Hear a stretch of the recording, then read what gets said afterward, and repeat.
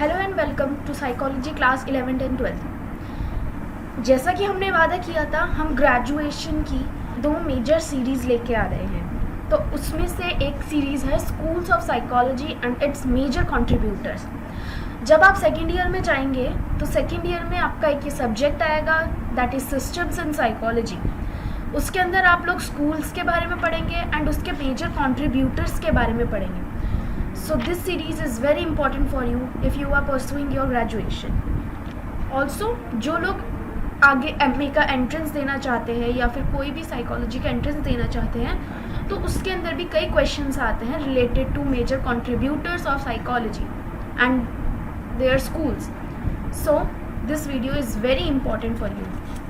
In this video, we are going to talk about one of the school of psychology, that is structuralism.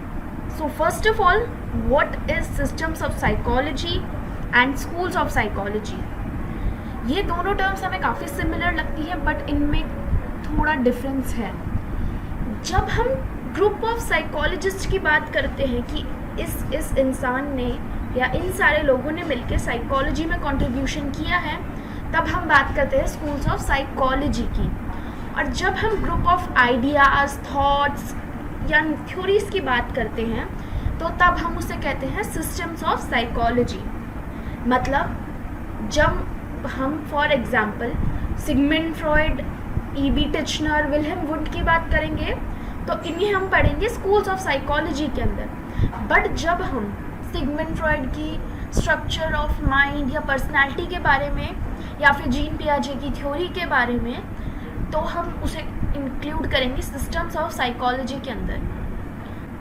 सो ये कुछ schools of psychology है जिनके बारे में इस सीरीज़ के अंदर हम बात करेंगे, उनके मेजर कंट्रीब्यूटर्स के साथ. These schools are structuralism, functionalism, behaviourism, gestalt psychology, psychoanalysis, cognitive psychology, humanistic psychology and existential psychology. In this video, we will be covering structuralism and its contributors Wilhelm Wundt and Edward Bradford Titchener. ये structuralism school दिया गया था Edward Bradford Titchener, जिससे हम Wilhelm wound का student भी कहते हैं. इस स्कूल को इंट्रोस्पेक्शन साइकोलॉजी एंड एक्सिस्टेंशियलिज्म भी कहा जाता है. ये सिस्टम मानता है कि जो साइकोलॉजी है वो एक इंडिविजुअल के कॉन्शियस एक्सपीरियंसेस, मतलब जो एक्सपीरियंसेस हमारी अवेयरनेस में हैं, उन्हें स्टडी करती है. और उन कॉन्शियस एक्सपीरियंसेस को हम मेथड ऑफ इंट्रोस्पेक्शन के थ्रू जान सकते हैं. स्ट्रक्चरलिज्म को हम 3 बेसिक एलिमेंट्स के थ्रू एनालाइज कर सकते हैं: sensations, feelings and images. Now we will be talking about one of the major contributor of structuralism, that is Wilhelm Maximilian Wundt. Wilhelm Wundt 1832 में पैदा हुए थे. इन्होंने फर्स्ट साइकोलॉजिकल लैब इस्टेब्लिश करी थी लिप्जिग, जर्मनी में 1879 में, जिसे साइकोलॉजिकल इंस्टीट्यूट भी कहा जाता है. बट वर्ल्ड वॉर सेकेंड के दौरान ये लैब डिस्ट्रॉय हो गई थी. हम विल्हेम वुंड को फादर ऑफ एक्सपेरिमेंटल साइकोलॉजी भी कहते हैं. सो ये कुछ बुक्स हैं विल्हेम वुंड की और एक जर्नल है. अब हम बात करेंगे वुंड्स की सिस्टमैटिक साइकोलॉजी के बारे में. वुंड ने अपनी सिस्टमैटिक साइकोलॉजी का जिक्र अपनी बुक आउटलाइन ऑफ साइकोलॉजी के अंदर किया था. ही सेड दैट साइकोलॉजी एक ऐसी स्टडी है जो इमीडिएट एक्सपीरियंस और कॉन्शियस एक्सपीरियंस को पढ़ती है, ना कि मीडिएट एक्सपीरियंस. इमीडिएट एक्सपीरियंस होते हैं जो हमारा एक सिंगल एक्सपीरियंस होता है जो हम राइट नाउ सोच रहे हैं. मीडिएट एक्सपीरियंस होता है जिसमें हम एक एक्सपीरियंस के थ्रू दूसरे एक्सपीरियंस को बताने की कोशिश करते हैं. फॉर एग्जाम्पल, हमारे दांत में दर्द है तो हमने डेंटिस्ट को बताया. इमीडिएट एक्सपीरियंस हमारा ये होगा कि हमने मेरे दांत में दर्द है. और मीडिएट एक्सपीरियंस ये होगा कि मेरे दांतों में कैविटी है या मेरे दांतों में कोई प्रॉब्लम है, इसलिए मेरे को दर्द हो रहा है. इसमें हमने 2 एक्सपीरियंस की बात की है. He also explain that conscious experience और immediate experience would be analyzed in terms of 2 psychical elements or atoms, that is sensations and feelings. Sensations को हम कहते हैं जो हमारा ऑब्जेक्टिव कंटेंट होता है हमारी कॉन्शियसनेस का, जो सबका सेम होता है। और फीलिंग्स हमारी होती हैं सब्जेक्टिव कंटेंट, जो हर पर्सन की यूनिक होती है, अलग होती है। अब जो ये सेंसेशंस एंड फीलिंग्स है, इसके दो बेसिक एट्रीब्यूट होते हैं। These two basic attributes are quality and intensity. जो हमारा सेंसेशन एलिमेंट है उसको हम इजीली रिकॉग्नाइज कर सकते हैं इंटेंसिटी और क्वालिटी के टर्म्स में, लेकिन जो हमारा फीलिंग्स वाला एलिमेंट है उसे हम इंटेंसिटी के टर्म्स में तो बहुत इजीली रिकॉग्नाइज कर सकते हैं कि I have some feelings for anyone और नो फीलिंग्स फॉर एनीवन और हेटेड फॉर एनीवन, बट उसकी क्वालिटी डिस्टिंग्विश करना थोड़ा मुश्किल हो जाता है हमारे लिए। और जो ये elements of sensation and feelings है, इन दोनों को मिला के एक कंपाउंड बनता है, दैट इज साइकिकल कंपाउंड। इस कंपाउंड का एक कैरेक्टरिस्टिक है मेजर कि इसके अंदर बहुत सिंपल और इजी टू अंडरस्टैंड सेंसेशंस और फीलिंग्स होती हैं, या फिर दोनों का कॉम्बिनेशन होता है। सो वुंट ने ये कहा है कि जो हमारी सेंसेशन है, हमारी फीलिंग्स है या फिर वॉल्यूशन है, उसको मिला के हमारा कॉन्शियसनेस बनता है और उसे ही साइकोलॉजी स्टडी करती है। जो कॉन्शियसनेस के एलिमेंट्स हैं उनको हम एसोसिएशन के थ्रू कंबाइन कर सकते हैं। एसोसिएशन का मतलब है कि जो दोनों एलिमेंट्स हैं वो साइमल्टेनियसली चलते हैं या सक्सेसिवली चलते हैं, मतलब कि एक सेंसेशन के आते ही हमारी फीलिंग्स अराउज होती हैं या दोनों चीज़ें साथ में होती हैं। एसोसिएशन के अंदर तो एक इम्पॉर्टेंट टर्म्स आती हैं, assimilation and complication.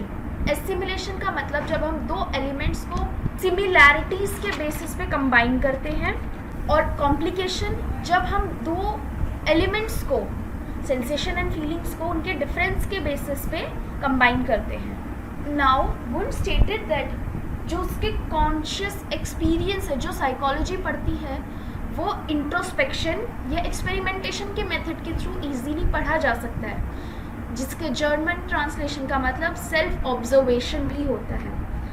As per Wundt, introspection was the method through which a person could analyze the conscious process, finding out how its elements were synthesized. मतलब इंट्रोस्पेक्शन के थ्रू हम किसी के भी एलिमेंट्स ऑफ कॉन्शियसनेस को observe कर सकते हैं जो हमने किसी भी एक्सपेरिमेंटल कंडीशन के अंदर बनाया गया था। मतलब कंट्रोल्ड सेटिंग के अंदर हम कॉन्शियस एक्सपीरियंसेस को इंट्रोस्पेक्ट कर सकते हैं। पर इस डेफिनेशन से हमें ये समझ आता है कि इसको हम सेल्फ ऑब्जर्वेशन तो नहीं कह सकते, क्योंकि वो किसी भी कंट्रोल्ड सेटिंग में नहीं हो सकती, क्योंकि we can be conscious about that we are being observe, या हमने जो भी ऑब्जर्व किया हमने वो बताया, तो कहीं हमें कोई against the norms of the society ना हो वो कुछ। और जो ये इंट्रोस्पेक्शन मेथड था वुंट का, उसको एक्सपेरिमेंटल इंट्रोस्पेक्शन भी कहा जाता है, क्योंकि इसके अंदर एक्सपेरिमेंटेशन होती है। वुंट ने यह भी कहा था कि जो माइंड एंड बॉडी है वो पैरेलल है, बट एक दूसरे से इंटरैक्ट नहीं करते। इसको साइकोफिजिकल पैरेललिज्म भी कहा जाता है। इसका मतलब ये है कि जो हमारी माइंड और हमारी बॉडी है वो एक दूसरे से इंटरैक्ट करे बिना भी अपने अपने काम कर सकती है।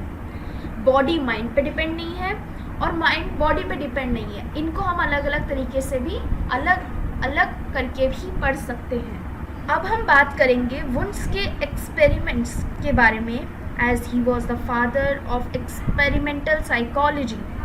ये एक्सपेरिमेंट्स उसने अपनी लैब साइकोलॉजिकल इंस्टीट्यूट में किए थे।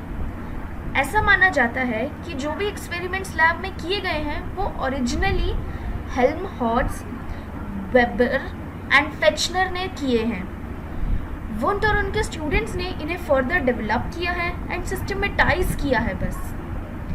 और जो भी एक्सपेरिमेंट्स लैब में किए गए हैं वो सब वुंट के जर्नल में एक्सप्लेन है, जो हमने पहले भी मेंशन किया था। He had done many experiments on the topics like sensation and perception experiment, reaction time experiment, association experiments, attention experiments, feeling experiments. According to Tinker, जो 186 डॉक्टरल डिसर्टेशंस हुई है लैब में, उसमें से 70% were on the theme of sensation and perception as their main and focal theme. अब हम बात करेंगे critiques of wounds. जैसा कि हम जानते हैं हर चीज़ के क्रिटिसिज्म ज़रूर होते हैं, ऐसे ही वुंड की साइकोलॉजी के भी क्रिटिसिज्म्स थे. फर्स्ट क्रिटिसिज्म ये था कि ही नैरोड साइकोलॉजी, मतलब उसने अपनी एक्सपेरिमेंटल रिसर्च के लिए कुछ सेलेक्टेड टॉपिक्स पर ही फोकस किया एंड कॉन्शियस एक्सपेरिमेंट्स के एनालिटिक कैरेक्टर पर भी बहुत फोकस किया. साइकोलॉजी को नैरो कर दिया to some selected topics only. Secondly, he regarded conscious experiences as structural in nature or stationary. मतलब उसने conscious experience को कोई object की तरह treat किया जो physical है, जो structural in nature है. But in real, critics ने ये कहा है कि sensation और feelings तो exist ही नहीं करते किसी भी physical form में, and it's true. So these were the critiques of Wundt. Overall हम ये कह सकते हैं एक मेजर कंट्रीब्यूशन वुंड ने साइकोलॉजी में ये किया था कि उसने साइकोलॉजी को डिफ्रेंशिएट किया, अलग किया अदर डिसिप्लिन से. जैसा कि हम जानते हैं कि पहले साइकोलॉजी फिलॉसफी के साथ थी, उसी के अंदर थी, पर वुंड ने ही इसे अलग डिसिप्लिन बनाया और उसने इसको इंडिपेंडेंट एक्सपेरिमेंटल साइंस के नाम से establish भी किया. At the end, I would like to say some lines on Wundt. Wundt's greatness in establishing psychology as an experimental science was really unparalleled. Although today the experimental psychologists use different methods, have different theories, and they don't indulge in the introspection of Wundtian type, the basic spirit has remained unchanged today as well. Psychology now no longer belongs to philosophy and it exists as an independent experimental science. Had there been more than one Wundt in the history of psychology, we would have been definitely blessed with something more for psychology as an experimental science. So that's it from my side. We will meet in our next video. And अगर आपको ये video अच्छी लगी है तो please like and share your valuable views in the comment section. Also, don't forget to hit the subscribe button and turn on your bell icon. Take care of yourself and thank you so much for watching.